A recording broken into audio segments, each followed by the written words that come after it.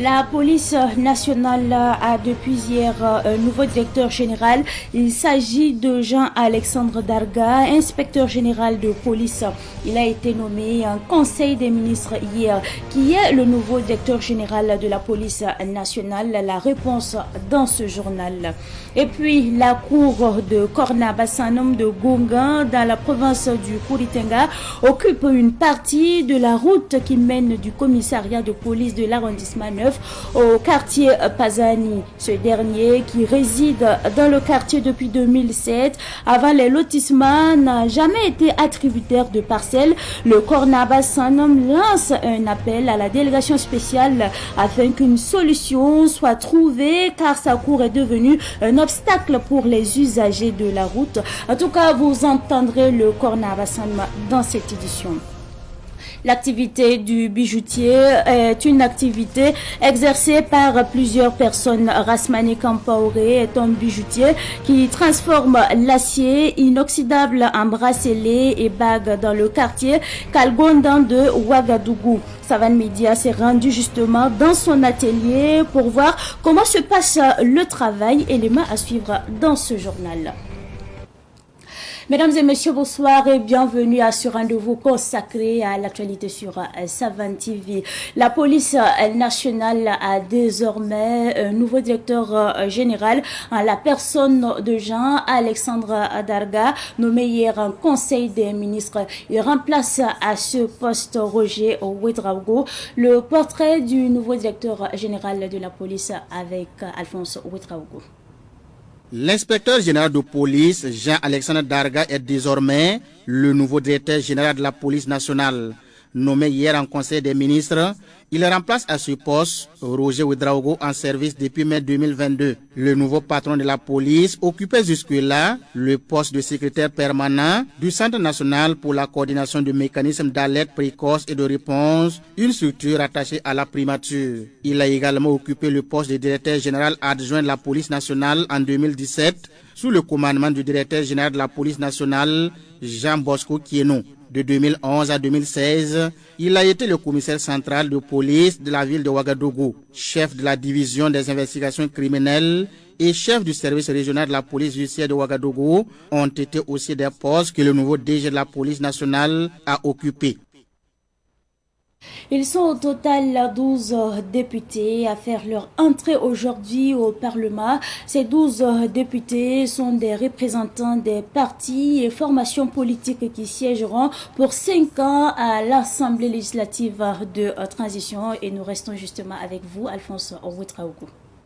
En session plénière dans la matinée du 18 juillet, l'Assemblée législative de transition a validé les mandats de 12 députés représentant des partis et formations politiques. Parmi eux, 5 sont anciens, à savoir Ousmane Diallo, Drissa Sanogo, Mariam Sidibé, Abdoulaye Soma et Anoyantema Tendano, qui siègent depuis le MPSR 1 pour les uns et le MPSR 2 pour les autres. Les 7 nouveaux ALT sont Willéo Koulibaly, Adjaratou Ouedraogo, Abdoulaye Sawadogo, Mahamoudou Salogo, Herman Yelkouni, François Zangré et Ali Badra Ouedraogo. La validation de ces mandats marque le début d'une nouvelle ère à l'ALT. Notons que les partis politiques ayant boycotté les dernières assises nationales ne sont pas représentés à l'ALT qui prend un nouveau départ pour 5 ans.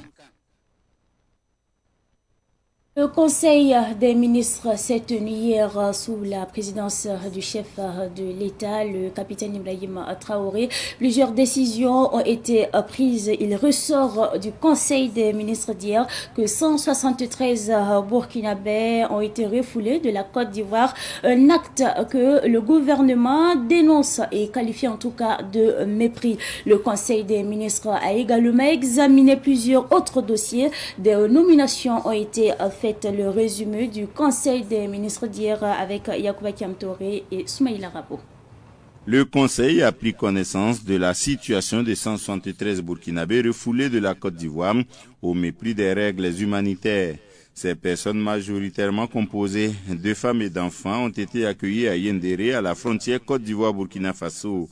Le président du Faso a instruit d'organiser une mission gouvernementale pour évaluer la situation de ces personnes refoulées afin de les protéger, selon le porte-parole du gouvernement. Le Conseil des ministres du jour a également pris connaissance en communication orale de la situation de 173 de nos compatriotes qui ont été refoulés, expulsés de la Côte d'Ivoire et qui ont été accueillis à la date d'hier au niveau de la frontière à Yendéré. Ce qu'il faut donner comme précision, c'est que ces 173 Burkinabés sont constitués en grande majorité de femmes et d'enfants issus d'une seule et même communauté. Et bien sûr que leur expulsion s'est faite au mépris des règles élémentaires en matière humanitaire. Le chef de l'État a donné des instructions pour qu'une mission gouvernementale puisse immédiatement se déporter sur le terrain au niveau de Yendéré pour non seulement faire le point de la situation et surtout s'assurer que toutes les dispositions idoines sont prises pour assurer donc un accueil digne et décent de nos compatriotes et que bien sûr toutes les mesures sont prises pour que l'assistance nécessaire puisse leur être apportée. Le gouvernement a également adopté un avant-projet de loi sur le code des douanes. Cet avant-projet vise à lutter contre le blanchiment d'argent, le financement du terrorisme et à contrôler l'importation des armes dans le pays. Au ministère des Finances et du Commerce, le dossier Brafasso est revenu sur la table. Le Conseil des ministres a décidé d'injecter 11 milliards de francs CFA dans la réhabilitation des infrastructures pour redémarrer la brasserie de Komsilga. Au niveau du ministère de la Justice et des Droits humains, le Conseil a adopté un décret portant adoption des 63 enfants mineurs et orphelins comme pupilles de la nation. Ces enfants bénéficieront de la gratuité des soins, de la scolarité, ainsi que d'un soutien moral, matériel et financier de l'État. Le Conseil a également décidé de déployer 35 agents contractuels du médiateur du Faso dissous à la fonction publique si les intéressés le souhaitent. Au niveau des nominations, il ressort que Alexandre Darga, ancien directeur général adjoint de la police nationale et plus récemment cadre au premier ministère, est nommé directeur général de la police nationale en remplacement de Roger Ouedraogo. Parlons justement des Burkinabés qui ont été donc refoulés de la Côte d'Ivoire. La réaction du gouvernement ne s'est pas faite attendre. Une délégation gouvernementale s'est rendue au chevet des Burkinabés refoulés de la Côte d'Ivoire. Le ministre de la Solidarité, de l'Action humanitaire, de la Réconciliation nationale, du genre, de la famille Nandi Somé et une délégation de la sécurité ont visité le site d'accueil de ces Burkinabés pour s'assurer que ces personnes refoulées des terres ivoiriennes se portent bien. La ministre en charge de l'action humanitaire a affirmé que des dispositions ont été prises justement pour gérer ce genre de situation. Elle a ajouté que le Burkina Faso est un pays responsable et capable de recevoir tout Burkinabé où qu'il se trouve. Nandi Somé a par ailleurs invité les Burkinabés à rester au Burkina Faso pour construire le pays. Et l'histoire de Brafasso, les brasseries du Faso, dans laquelle l'État burkinabé s'engage à injecter plus de 11 milliards de francs CFA. Smaïla Rabo nous en parle. En 2002, l'opérateur économique Pangba Mohamed Sogli lançait les brasseries du Faso, Brafasso, pour offrir aux consommateurs burkinabés une alternative de boissons sucrées gazeuses, là où la société Brakina de Castel semblait régner en maître. Le patron de Sopam choisissait alors Komsilga où l'espace était disponible, surtout à proximité de la capitale Ouagadougou, centre des affaires du pays. L'originalité de son business séduit les consommateurs burkinabés qui découvrent les premières bouteilles plastiques et fait que Brafasso est commercialisé jusqu'en Côte d'Ivoire, notamment en zone rebelle après l'éclatement de la crise ivoirienne le 19 septembre 2002. Pangba Mohamed Sogli prospère jusqu'à ce que l'idée lui vienne d'ajouter à la section boissons sucrées gazeuses la bière grâce à un partenaire et des amis allemands. Les travaux d'extension à coût de milliards réalisés grâce à un prêt obtenu auprès d'un consortium de banques s'arrêtent tout net. Jamais une seule bouteille de bière n'est sortie de Komsilga.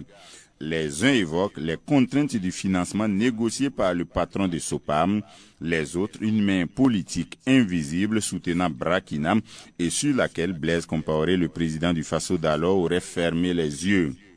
En 2011, cela coïncide avec des crises politiques. Mutinerie, dissolution du gouvernement qui amène à la tête du gouvernement Béon Luc-Adolphe Tiao. Il prend alors langue avec le promoteur de Brafasso et amène l'État à racheter l'entreprise à plus de 40 milliards de francs CFA. De cet investissement, l'État n'a pas tiré un seul profit 12 ans après. Les gouvernements successifs ont jusque-là surfé sur le sujet. Ce 17 juillet 2024, le gouvernement annonce un investissement de 11 milliards de francs CFA pour réhabiliter Brafasso et la faire redémarrer. Cela pourrait créer les 50 emplois pour la section boissons sucrées gazeuses et les 400 à 600 autres emplois directs pour la section alcool, selon les estimations en tout cas contenues dans le projet de départ. C'est comme Silga qui jubile de nouveau. Cette fois-ci, nous déposons nos valises chez le Kogna Bassanm de Gunga dans le quartier Kouritenga. Alors, le Kogna Bassanm de Gunga dans le quartier Kouritenga réside dans le quartier Yagman depuis 2017. Malgré les lotissements de 2010 dans l'arrondissement sur initiative de la mairie de Signoguin et de la société immobilière Sokojib, il n'a pas bénéficié de parcelles. Actuellement, sa cour occupe la voie dans le quartier et les passants sont même obligés de contourner sa concession pour justement circuler. Abdoulaye Kinda est allé à sa rencontre. La cour de Kogna Bassanm de Gunga dans la province du Kouritenga occupe une partie de la route qui mène au commissariat de police de l'arrondissement 9 et au quartier Pazani. Située au milieu de la voie, la cour est devenue un obstacle pour les usagers de la route. La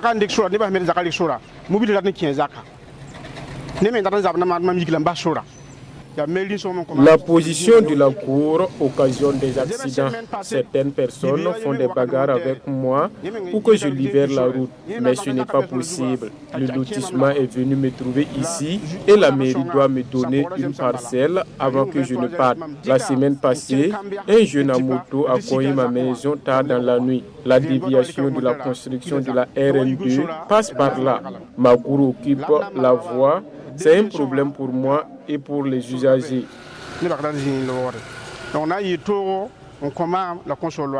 En plus de cela, en cas de pluie, toute la concession est inondée. En fait, il n'y a plus de passage d'eau à cause des constructions voisines, dont un bâtiment à étage.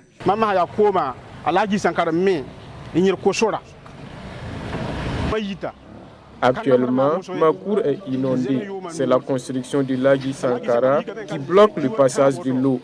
Quand il pleut, toute la cour est remplie d'eau et la maison même veut tomber.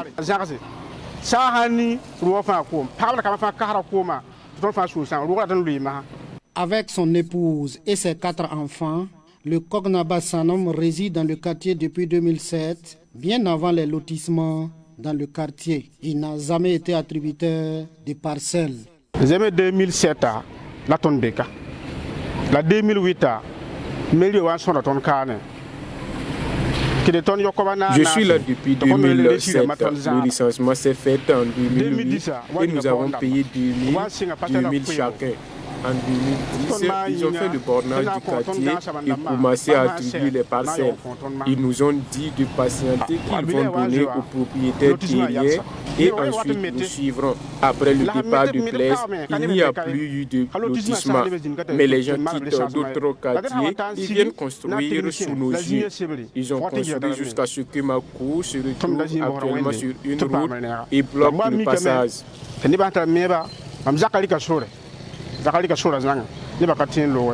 Il lance donc un appel aux autorités de la délégation spéciale de l'arrondissement 9.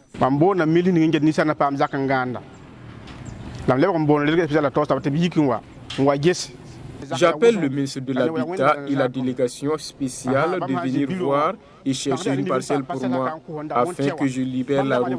Si un véhicule déraille la nuit, je suis foutu avec ma famille. C'est ceux qui ont été attributeurs et qui ont vendu qui reviennent encore vendre le reste des parcelles dans le quartier. Il y a des parcelles vides dans le quartier. Ils viennent avec les CVD pour témoigner sur la possession des parcelles sur les lieux. Depuis 2007, yama waluno te yama so parcelle ça la ton khata yela vore atenga la mshongro te patan pam mzaka la musique la mbashora. C'est la société de construction et de gestion immobilière du Burkina Sokosi et la mairie de Signoguin qui ont loti le quartier Yagma en 2010 selon le Kognaba Sanam. Dans l'actualité de ce 18 juillet 2024, nous parlons également de l'acier inoxydable transformé en bracelet et bague, puisque tel est le travail de bijoutier qu'exerce Rasmane Compaoré dans le quartier Kalgondan de Ouagadougou. Il collecte la matière première, la transforme et commercialise le produit fini, mais rien ne se fait sans difficulté. Une équipe de Savane Media est allée justement à sa rencontre dans le quartier Kalgondan de Ouagadougou et c'est un reportage signé Ahmed Joël Compaoré et Richard Kaboré.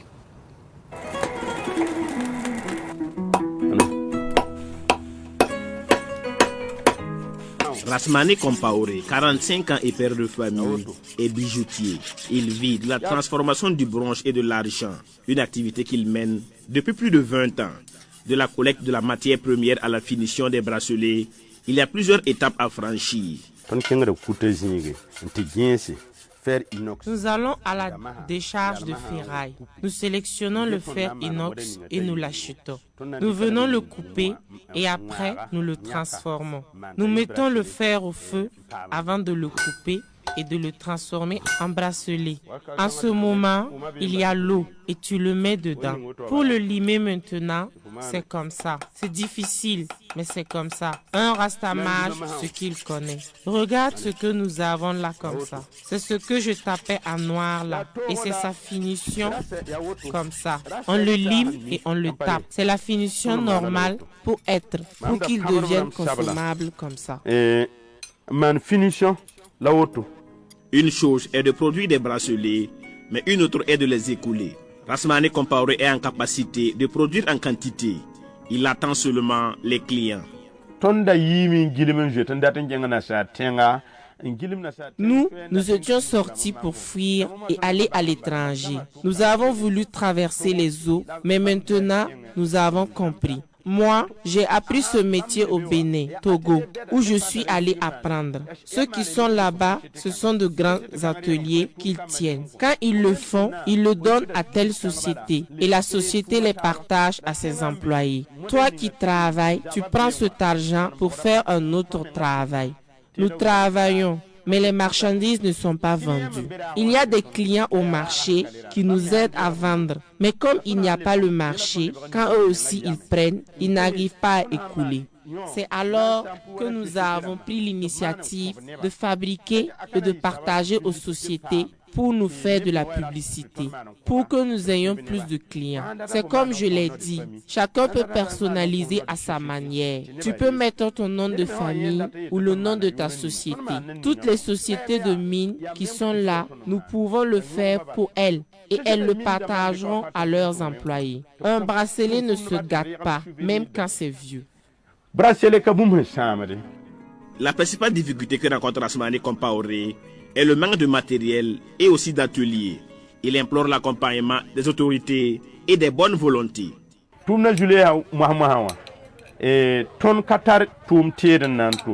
Les difficultés du travail en ce moment sont nombreuses.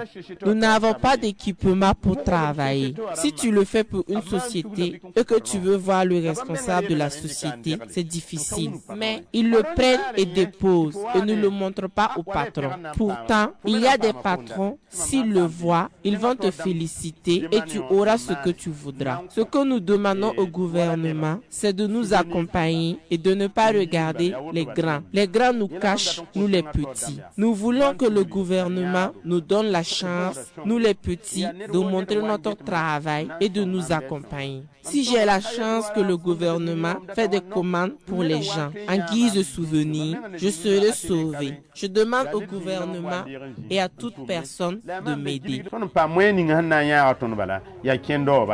Du haut de son statut de bronzier bijoutier, Rasmane Compaoré invite la jeunesse burkinabé à se mettre au travail.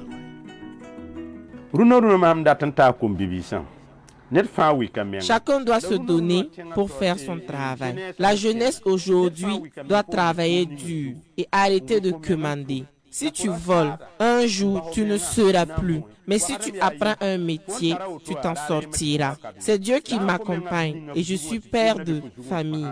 Peu importe ce que tu fais, travaille dur et un jour, tout ira bien.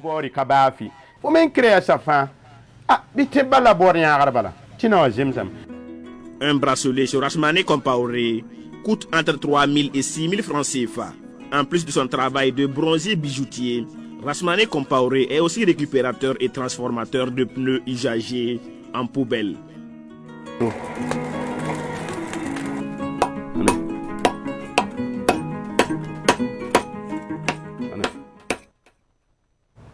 Le sport est également au menu de l'actualité de ce soir pour la prochaine élection du président de la Fédération burkinabé de football, Mahamadi Lamine Kwanda, douanier de l'EFO, appelle les différentes parties à la paix et surtout à la transparence. Il s'exprime au micro de notre journaliste sportif à Maison, Ruben Wilson Kodjo. Le message que j'apporte à mon nom et à celui de l'EFO, c'est dire que nous souhaitons d'abord, en toute sincérité, la paix pour le Burkina Faso, la transparence dans cette élection, l'équité et la justice sociale pour tous les candidats. Le Burkina Faso a 22 millions d'habitants, mais le Burkina Faso n'a pas 22 présidents.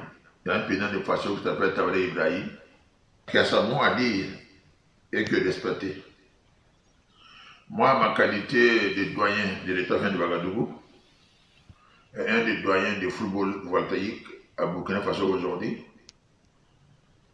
se demander à son excellence le président de Faso, très respectueusement, il n'est pas accepté que les gens disent son nom pour un candidat contre d'autres candidats. Et le dernier sorti, le président de Faso, où j'ai eu la chambre d'assister, où il disait qu'il n'y aura pas de justice au Burkina Faso. Un justice de pauvres et un justice de riches. Ça ne se fera pas au Burkina Faso. A été un message entendu 5 sur 5. Aujourd'hui, si j'avais à intervenir au nom de l'Étoile et à mon nom personnel, c'est parce que la candidature annoncée de M. Sawarou Oumarou, colonel-major à la retraite, n'est pas de tout mauvais. C'est un candidature parmi d'autres. Ali Guissou est candidat et l'État final a choisi son candidat. L'État final soutient Guissou Ali. Cependant, ce qui fait problème, c'est le fait que la candidature de colonel Oumarou est à tort parrainée par Bansé Lazare. Parce que la dernière crise qui a été débloquée pour qu'on puisse jouer le championnat terminé, ça a été réglé par Dieu Tout-Puissant et par les Moro Naba, les Pangsaba. Et une des conditions était que Bansé s'engage publiquement devant Dieu et devant les Moro à ne pas se mêler ni des élections futures, encore moins être candidat. Il s'est engagé. Il a oublié ça déjà. L'union fait la victoire. Et l'union amène des résultats qu'on ne peut pas imaginer. Moi, je n'ai pas de preuves et je ne peux même pas chercher des preuves que le président de Faso a un candidat. Ce n'est pas son travail. Le président de Faso a des missions plus nobles que s'occuper d'un candidat de football. Maintenant, ceux qui disent son nom doivent arrêter. Laisser le football aux footballeurs et que le meilleur gagne. Le passé ne doit pas être une chaîne qui nous entrave, mais un tremplin pour aller loin dans nos activités quotidiennes. C'est pourquoi nous ne devons pas laisser ce qui a pu arriver dans le passé influencer notre vie actuelle. Déchargez-vous de tout ce qui peut ralentir votre avenir. Restez focus. C'est tout pour cette édition du soir que j'ai pris d'ailleurs rendu plaisir à vous présenter. Merci à vous pour votre constante fidélité. Excellente suite de programmes. Accompagnez bien sûr des programmes de Saban TV.